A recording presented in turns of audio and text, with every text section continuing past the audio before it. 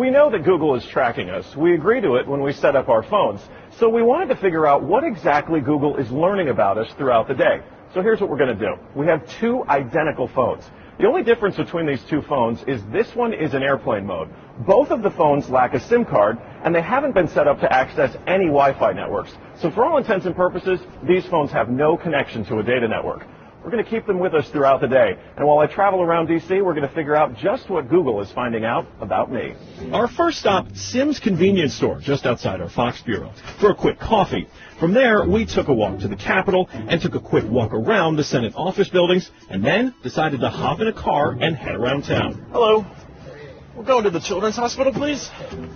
To run our test, we had to do more than walk the block, so we took a tour around our nation's capital. First, due north to the Children's National Medical Center Hospital, then west to St. Albans School and the National Cathedral. Our tour around town was a 14-mile journey that lasted more than an hour. The entire time, the phones had no access to the internet. Oh my goodness. Not a Wi-Fi connection and not any cellular data service. It almost seemed quaint to assume that Google wouldn't even be able to collect data on me. Let's head back to the bureau, my friend. Oh, that church is beautiful. Google's business model is simple. Collect data on its users and then use that data to sell targeted ads. It's a business model called surveillance capitalism.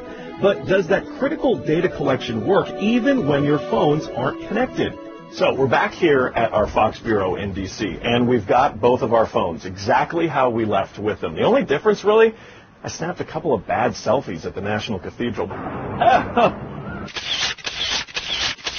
But otherwise, they have stayed in my pocket for the entire day. So let's find out what they know. This is our man-in-the-middle device. It's basically a Wi-Fi network that these phones are going to connect to once we turn their Wi-Fi on. It's going to pass data through it on the way to Google. But on the way, we're actually going to get a copy of the same data that Google's going to get. We'll be able to decrypt it and then find out where we've been throughout the day. Within minutes, the numbers rolled in. The phone that wasn't on airplane mode registered more than 100 locations, 130 activities, and even 152 barometric readings.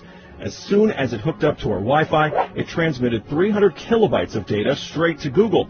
The phone even logged our exact locations, tracking us all around town, the Capitol, the hospital, the school, and the cathedral. Now you may notice what's missing here is the exact route that we took, but it got that data too. It knows when I got out of the car. The metadata has a time log down to the very second, tracking everything when they think that you're walking, riding, and yes, even getting out of the car. Okay, so you're thinking, this isn't a big deal. I'll just put my phone in airplane mode. Yeah, we thought of that too. This is the other phone that we had with us that no SIM card also remained in airplane mode the entire time. Let's see what kind of data it captured.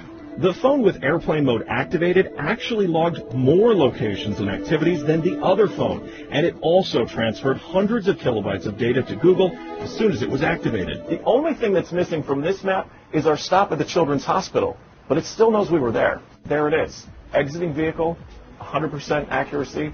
Through complicated user agreements and free software, Google gets users to sign away their privacy for nothing. They're even following you in the places that most people would expect total privacy. Government buildings, a children's hospital, a private school, a church. Every move you make, every step you take, Google is watching you.